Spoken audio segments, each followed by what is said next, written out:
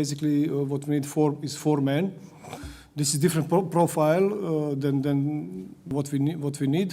At the same time, I don't know why he's still free agent. 4 to 6 days later. When your head coach 5 days ago tells that Dwayne Bacon is not the type of player we are looking for, and 5 days later during the game, which was also very strange to me, you're announcing a new player during the game. Yeah, it's a bit strange. I don't know, for me at least.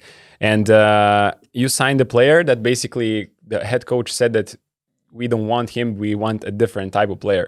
But I think that loss to Alba and, just the way they lost and the way they look on offense, they really needed the first scoring option, and Dwayne Bacon is coming to do just that for that team.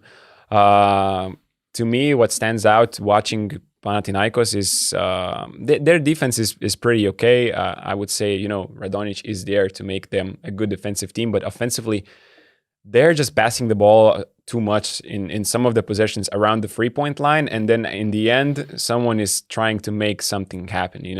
This is why they're in the bottom in true shooting percentages, in all the 2-pointers, 3-pointers everywhere, and I don't think, Dwayne Bacon is improving the passing quality of that team. Or you will have even more static offense. But he is the guy who is able to, when there are 5 seconds left on the shot clock, the ball is in his hands, he will create something for himself and make the shot.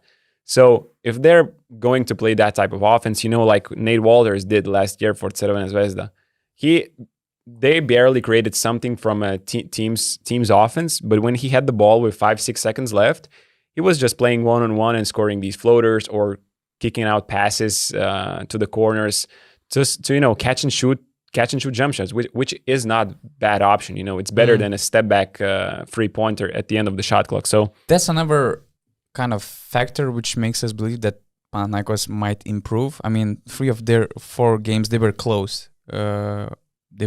They could have won against Real Madrid. Okay, Monaco had kind of an advantage, but they were the better team actually. That's that's true. That's obvious. But that's what I like about Panathinaikos. They have, especially Panathinaikos players, they have all the reasons to lose the hope about their coach, who barely speaks English. I mean, these timeouts, they're really painful to our ears. But you can see how players react in this situation. I mean, you could easily have the situation where players, from their body language, you could understand that they also feel uncomfortable, unhappy, and it's kind of, oh no, we have to have this situation on TV as well. But you hear Marius Grigonis saying something, trying to help his coach when you have these pauses, during the timeouts. Some other players are trying to inspire others. So that's what I like. It doesn't feel like the locker room is also lost and there's no chemistry between the players. I think that there's a pretty good chemistry, knowing the circumstances they are going through. So that's some hope for the future, especially with these signings, players coming back. I mean, I don't know how you guys feel about, signing Bacon after what Radonjic said. Basically, 5 days later, they're signing Bacon when he said that he's not that type of player they were looking for. But it's kind of obvious that they decided to go for scoring rather for defensive versatility for the 5 position, or who could stretch the floor from the 4th position.